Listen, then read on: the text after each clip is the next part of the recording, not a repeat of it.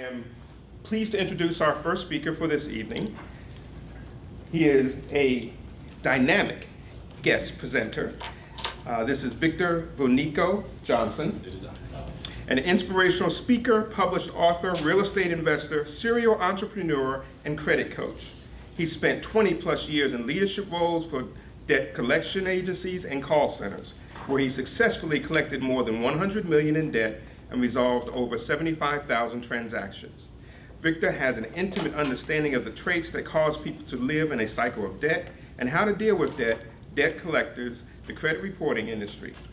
Victor has mastered the steps required to not only improve one's credit, but also the mindset needed to stay out of debt. He educates his audiences on uncommon ways of improving credit scores and how to grow wealth through real estate investing. Please join me in welcoming Victor Johnson.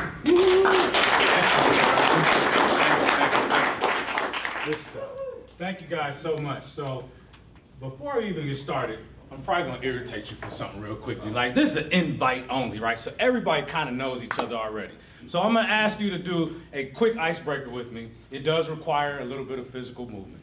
So I'm gonna ask you, if you don't mind, take that quick last bite for a second. We're gonna do a quick exercise. I'm gonna ask everybody to stand up with me, please, please, please. I'm so sorry. This is, then you can sit back, relax, and enjoy the ride.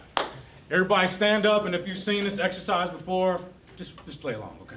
We're gonna stretch up. Put your hands up as high as you can. Let's go. High as you can. Okay, I see a few people. All right, I see you, I see you. All right, give me a little bit more. Stretch a little higher. See you there? All right, put your hands down. Y'all sit down. Y'all gave me a little bit more the second time. I asked you to give me it all the first time, you see? So, yes, sir. Let me get into my presentation here, guys.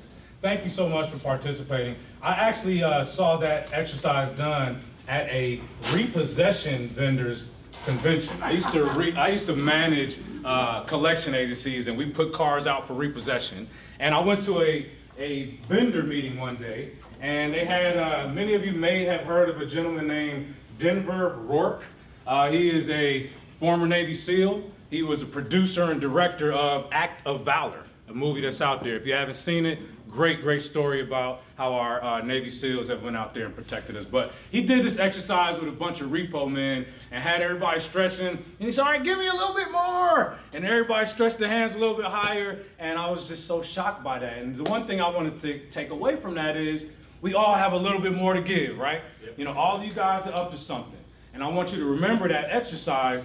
Are you really giving those extra 2 inches that you got inside you to stretch out and accomplish your goals? So keep that in mind as we talk today, and as I tell you my brief story. And I had a full-on presentation laid out, but I really just want to share my story with you guys today because it is one that's a little unique. You know, I grew up in low-income neighborhoods in Oakland, California, but it's not the story that you think you're going to hear today. You know, I didn't have to fight through gang violence. I didn't have to fight through bullets. I didn't get shot 9 times like 50 Cent or somebody like that. What I did was basically just grew up with a single mom. I grew up with a single mother, and basically what we're going to talk about today is how I was able to create my future self. And I want to share with you maybe some things that will inspire you to create your future self. Because I'm about as normal of a dude that you will ever meet. No college degree. I grew up again in these neighborhoods. And again, today, this is what I have to offer. You know, I'm a credit coach, published speaker, published author, and all those good things. I have 6 rental properties across 3 states, but that's not where my story starts at all, right? And so hopefully I'll be able to inspire you guys. I do want to talk about my childhood very briefly because, again, I grew up in California.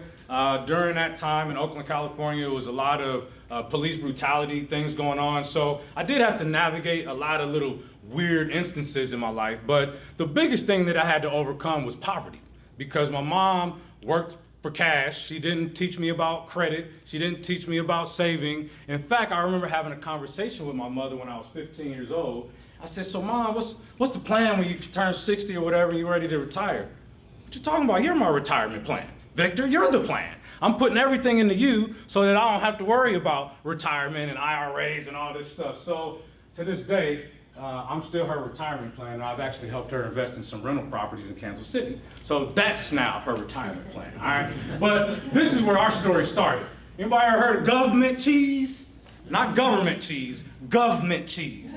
If you have never had government cheese, best grilled cheese sandwich of your life. I ate government cheese for at least 17 years of my life because we were getting food stamps, welfare, all of this stuff. And again, you may be thinking to yourself, well, where was your father at this time? What was he doing? Well, my dad was married when I was born, but not to my mom. My mom was a side piece. And I'm just being honest with you, right? So I grew up where my dad wasn't really involved with my life a lot. We have a great relationship now, but he wasn't there. And he probably was managing his money a little bit better than my mom was. So unfortunately, I didn't benefit from that until I got older in life. So I started figuring some things out. But I've gone through it all. At 17 years old, I had my first child. My daughter, who's now 27, about to be 28 years old this year. I have a son back there, Jari, with the glasses on. Very proud of him. He's 24, about to be 25. I have a daughter that's 23. I'm gonna be a granddad, guys. Can you believe this young looking guy is about to be a granddad? Come on, get a shot. Granddaddy Vic, all right? I'm not used to it yet either, but one thing that I'll do differently is on that first day that my granddaughter is born, she'll be gifted with a bond. And I'll be able to give her money the first day she comes in this world. She'll have some money to start building from. So I want to talk about the legacy and how I got there. These are some of the adversities that I've overcome, guys. Again, grew up with a single mom. I had 3 kids. None of them I was married to the mom, 2 mothers. My son again is back there, but I had 3 of them by the age of 22, and the litany of issues came from that point on. You know, making money, I was probably making $27,000, $28,000 a year, 20 years old, and trying to figure out how to feed kids now, besides just myself. You know, and of course, it don't take too many paychecks to come where you're now starting to get behind on bills. And you can't keep the lights on because now I got to give some diapers to this mom and then go across town and give diapers to this mother. And just doing things the wrong way, making the wrong decisions. And the thing about it was I continued to go down that path. You know, I was getting good paying jobs, probably making, at one point in my career, I was making about, 50, 60 grand a year at 27 years old. But I was still broke every single payday. And a lot of you are financial advisors. You talk to people living this story. I'm telling you, probably 60% of people out there are either living at paycheck to paycheck level or far below it, which means that they don't even get close to making enough money to pay the bills that they're living off of. So something had to change. I'm raising kids up. They're growing up in front of me. They're watching their dad work hard and do things. But where's the money going? Dad, I want to go to college. I want to start a business one day. I want to get a car. What are you doing, man? How are you going to help me? So this is where my story starts, but it definitely didn't end there. So I do want to talk about this time in my life here in 2008. Very interesting time. Anybody go through any problems in 2008, just by a show of hands, financial problems? Okay, so I wasn't alone. That's good to know. But it does tell me that we all go through some adversity, right? And in 2008, I filed bankruptcy for the first time, and I'm thinking, yes! I can write off all my debt. I don't have to pay these bills anymore. Dang, wait, you mean 8 years of bad debt on top of that? Well, so I can't get a car now? Or the car that I do get, now I gotta pay 30% interest rate on this? Just wasn't the way for me to go. Since that point, I was in collections again, moving up. And with collection agencies, what happens is they get bought out by these venture capitalists. Venture capitalists come in, they throw millions of dollars in it, they're hoping you're gonna collect a whole lot of money, and then all of a sudden you don't hit those margins, and they're out of there. And so there's a swoop of layoffs. And then they'll get another company to come in and buy that company out, and it just goes into a cycle. I got laid off 3 times after the bankruptcy. Enough was enough. I decided to double down on Vic Johnson. Start putting myself into a better position, reading more, putting the logic that I had. I spent 20 years in the debt collection industry, as Ed alluded to in my introduction. And what happened? I was teaching people how to collect that $100 million of debt that he talked about. Managing teams and groups in rooms like this, teaching gentlemen and young ladies how to negotiate debt with people, how to encourage people how to refinance their homes so that they can pay off all their debts by settlement. As soon as I get home, I'm dodging bill collectors. I'm the guy that's teaching people how to get their bills paid or how to make people pay bills, and I got all these bills behind on my own. Very contradictory lifestyle I was living. But once I looked in the mirror and decided to face my own problems, my own mindset issues, really tackle my debts, that's when things started turning around. So I want to talk to you a little bit about the turnaround. Here's where we are today, debt-free, bad debt-free. You know there's a difference. Good debt, I got some mortgages, but I do have all my consumer debt resolved. 5 rental properties in the course of 3 years, full-time entrepreneur, better support for my children, and of course for my dreams. And that's what I'm passionate about. My purpose now is my work. You know, I got to clean up my act, and now the people that I have as clients and people that I mentor, I'm trying to help them avoid the 20 years of heartache that I went through. That 20 years, you know, it's one thing if I had gone to jail or I was in a gang, maybe I could have overcame that real quickly, but you know, 20 years of bad debt, paycheck to paycheck, that has a major toll on your life. If you think about a tire of a tire, and there's a slow leak in that tire, you could probably go 4 or 5 days, never even notice that air is seeping out of that tire.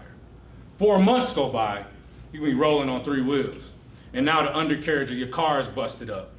You know, your axles are broken, and that's the life I was living. I was just letting debt slowly take me down and put me in a position where I couldn't overcome those things. And so again, I started changing my attitude, changed my mindset, and this is what happened in my very first rental property deal. In August of 2015, I had moved from, let me go back a step. In July of 2013, I was working for a company called Title Masters in Atlanta, Georgia. And Title Masters, the owner of that company, has a company called Peachtree Settlement Funding. Peachtree Settlement Funding was bought out by J.G. Wentworth. Anybody heard of that company? J.G. Wentworth buys annuity funds and gives you a small percentage of that if you got to have your money today. I need my money today.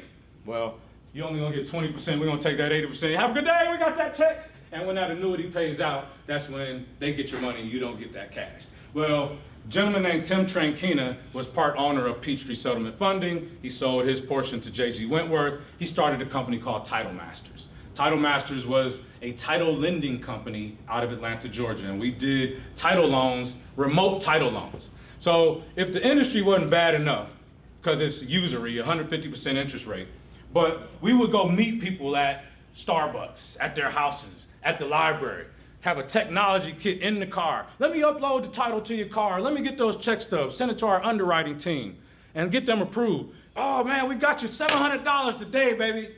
You only got to pay us back $2,500 over the next 6 months and we'll take care of you. Got your $700 today though. Horrible. Never get a title loan, ladies and gentlemen. But what happened was the guy realized that Title Max, the bigger gorilla, you've seen those stores around town. Title Max was the big 10,000-pound gorilla in Atlanta. And so this guy said, man, I don't want to charge 150% interest rate like Title Max does. I'm only going to charge 12.5% on these loans. Well, real quickly, you can kind of figure out if we didn't have a brick and mortar entity like Title Max has stores you could drive by, oh man, I need to make my payment. We're just kind of this virtual collection agency floating around. Don't forget to make your payment. I'm sending text messages and stuff. We ain't getting no kind of recoveries at all. I'm having to put cars out for repo every day. And I had a phone call with a young lady in July of 2013, one of our competitors. And the owner, Tim, says, you know, Victor, I want you to call every one of our competitors and see if any of them want to buy our remaining portfolio. 1,000 accounts left. I want to get rid of these things. I'm getting out the business. So, okay, I'll make some calls. Got on the phone with a young lady and probably spoke to her about 90 minutes on the phone. Shared some different strategies, systems I put in place, some development, some training that I did for the team, just things in case they did buy this portfolio, they will be able to get it to revive itself. She says, okay, Victor, I'm very intrigued by what you guys have done. I'm really happy with the success you have had, but I do see why you guys are getting out of business. You're just not charging enough. I'll call you back in 2 or 3 days, let you know what we decide to do. Well, she called back in 2 or 3 days, Victor, we're not buying that portfolio. We looked at it a little bit, doesn't look like it's gonna be worth much to us. However, it sounds like you're gonna need a job pretty soon. So we love the conversation we had with you. I'd love for you to run our call center. Wow, really? I'm making 70 grand a year. This job's gonna be flushed down the toilet in a month or 2. I think I'll take you up on that job. It's a good opportunity. Well, what happened was the call center was in Austin, Texas. I was living in Atlanta, Georgia. And to be honest with you, I had never heard of Austin, Texas. That's how limited my mind was. I know. I'm so sorry. All that great brisket down there, I ain't even heard about it. So Anyway, I decided to take the offer. It was a transition for our family because my youngest daughter at the time just got her first boyfriend in high school. I hate you. I gotta move to Texas and get away from my boyfriend. You're gonna live. It's gonna be okay. Trust me. Well, that job increased my earnings by $40,000 a year. We sold the house that I was in, and that basically the $20,000 I took away at the table cleared out my debt. And what did I do? So now I'm debt-free, new city, 40 grand extra in salary. Got to put that money to work, baby. I can't be the only one out here working for my retirement. My money has to work for me. So we started getting into real estate investing.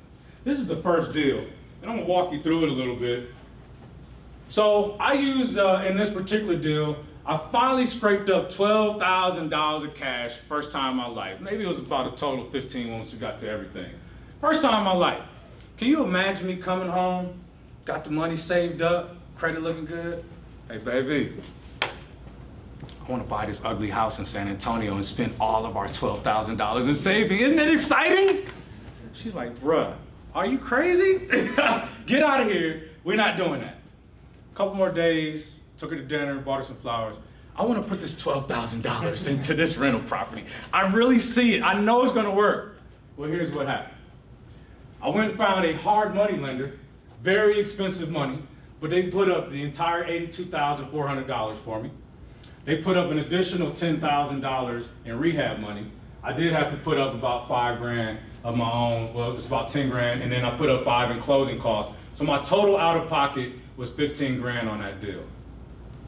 2 years into it, I collected $26,400 in rent, and the mortgage on that over those 2 years was $16,000.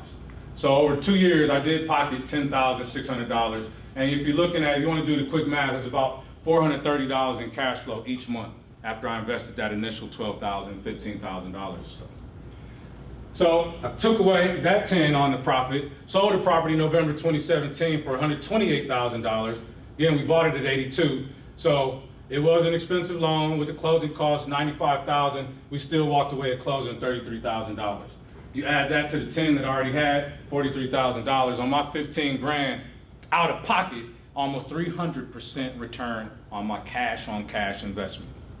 Now, this is not a traditional deal, so don't get excited. I know everybody's salivating over the deal, but what it did do is introduce me to a whole new world of real estate investing. Because not only did I make my cash flow, but as you see, the value went up tremendously in that 2-year period, $40,000. And so in Texas, and actually I have a slide I'm going to show you in a moment, across the country, we're seeing appreciation rates at about 5.5%. You guys live in Texas, in Dallas, Texas.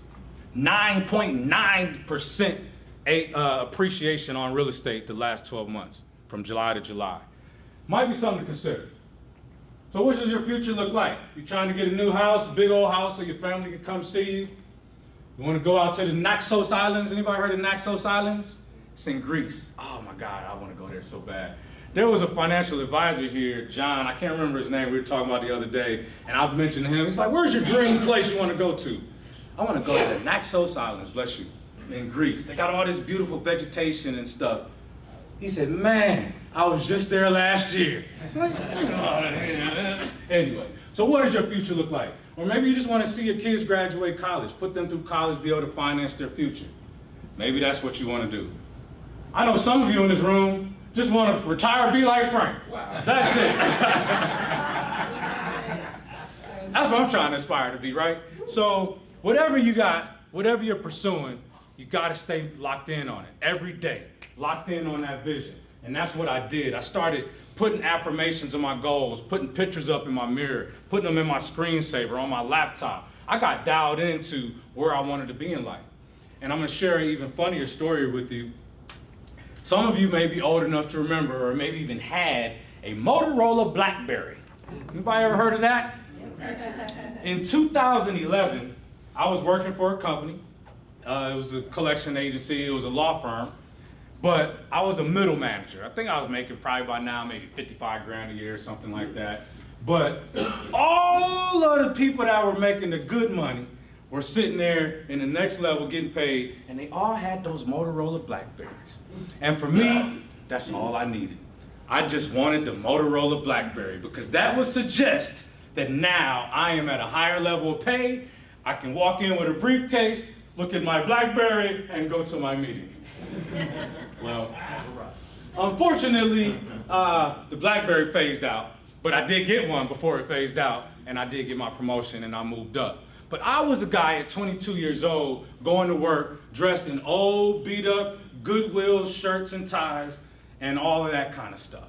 So I was trying to project who I wanted to be later in life. And ultimately, I ended up living that life. So I want to just real quickly run through, because I got 5 minutes. We talked about the appreciation rate in Texas, but here are the benefits to me of renting, of buying rental properties. Monthly cash flow, in the average in the country right now, $1,492. If you have a mortgage for a little property of 1,500 square feet, you're probably paying $800, $900 a month. So if you buy a house, a rental property, and rent it out, you're probably gonna make a really good cash flow on that. There's always the equity capture. So we always buy properties that are wholesale, put a few dollars into them, boost that appreciation up, we force the value up. The national rate is gonna give you an additional appreciation rate. And then of course there's the tax benefits. Now you speak to your own tax professionals, but I will tell you that there's something called a 1031 exchange that will allow you to roll that money into new transactions, real estate transactions.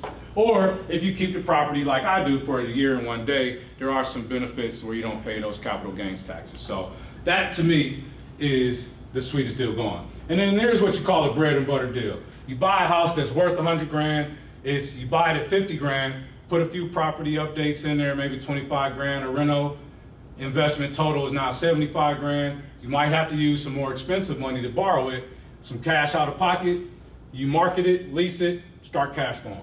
Pretty simple as that. You know, that's a standard deal. Now I will tell you in Dallas, when you see that deal pop up, if you haven't made an offer 20 seconds later, it's already gone, okay? So just keep that in mind. Here are the things that I do now. I teach people how to invest in rental properties. I teach people how to improve their credit scores.